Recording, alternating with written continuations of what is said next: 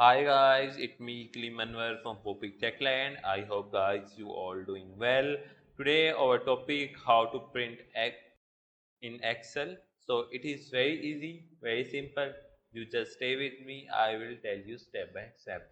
In this video, I gonna tell you that how do you print your any file in your Excel. So let's just start it. So first of all, you go on the search bar and here you search Excel. Open Excel app. So when you open Excel app, here you click the blank workbook, click on it. So when you do that, here you select your file first, like I want this file, so I click on this.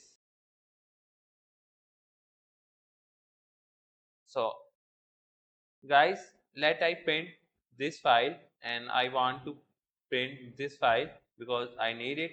So I just do the simple thing. So I go on the file, and when I go on the file, on the left side here you got the many options like info, save as, print, share, export, publish, close, account, and many more options are available here. So here you select this option, the print, and when you select the print, by here you can adjust your print and you can here increase your copies, like if you want 2 copies and if you want 6 copies, so you can adjust your copies by here. And by here you can also adjust your sheet like collected, portrait orientation, letter, and normal margins and no calling. So by here you can print your any file in your Excel easily.